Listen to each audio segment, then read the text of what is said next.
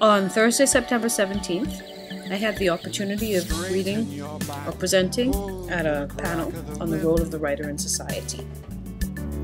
I started off by asking the question, what is writing? What's society? And what's the relation of the writer to society? And I went into a quotation from Oscar Eustis. Theatre and democracy were invented in the same place and in the same decade. When two actors on stage talk to each other, at that moment a different emotion is demanded from the audience. It's the emotion of empathy. The same emotion that is required for theatre to work is the emotion that's required for democracy to work. The idea we need to care about each other's experience. So the question comes up, what's the difference between the written word and the spoken word that allows us to create that empathetic space? Well, the role of the writer is affected by the process of writing itself. And people who've studied this and thought about cognition and so on suggest that writing privileges different aspects of social life than the spoken word. And I always like to refer to Daniel Chandler and his tables, which may not be absolutely accurate, you could quibble with them, but they give you a nice point of departure. He says, this is what happens with the spoken word. It's communal, it's transitory, fluid, process-oriented, deals with cyclical time, it's concrete, contextual, participatory, inclusive, rhythmic, subjective, approximating, and oral. On the other hand, the written word is individual, it's permanent, fixed, product-oriented, deals with linear time, allows for abstractions, it's timeless, detached, exclusive, ordered, objective, quantifying, and visual.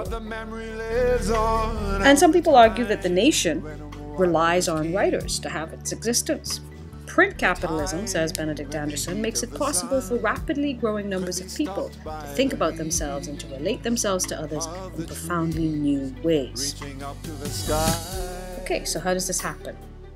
Well, the effects of writing is that writing provides an outering of thought, apparent objectivity, and separates the thoughts from the thinker, allowing ideas to be dealt with on their own. I want to give you a quote from Ian McEwan. As she stood in the nursery, waiting for her cousin's return, she sensed she could write a scene like the one by the fountain, and she could include a hidden observer like herself. She could write the scene 3 times over, from 3 points of view. Her excitement was in the prospect of freedom, of being delivered from the cumbersome struggle between good and bad, heroes and villains. None of these 3 were bad, nor were they particularly good. She need not judge. They did not have to be immoral. She need only show separate minds, as alive as her own, struggling with the idea that other minds were equally alive. It wasn't only wickedness and scheming that made people unhappy. It was confusion and misunderstanding. Above all, it was the failure to grasp the simple truth that other people are as real as you. And only in a story could you enter these different minds and show how they had an equal value. That was the only moral a story need have. Okay, so this is one of the things. By separating the idea, you can allow a moral to stand on its own. Writers have the tools to allow the freezing of social moments, the description of social events, the recounting of social activities that enable society to see itself. So this is why writing literature is called the mirror of society. It provides a slice of social activity at a single point in time. Literature does not allow us to forget the unkind, the unjust, or the uncomfortable.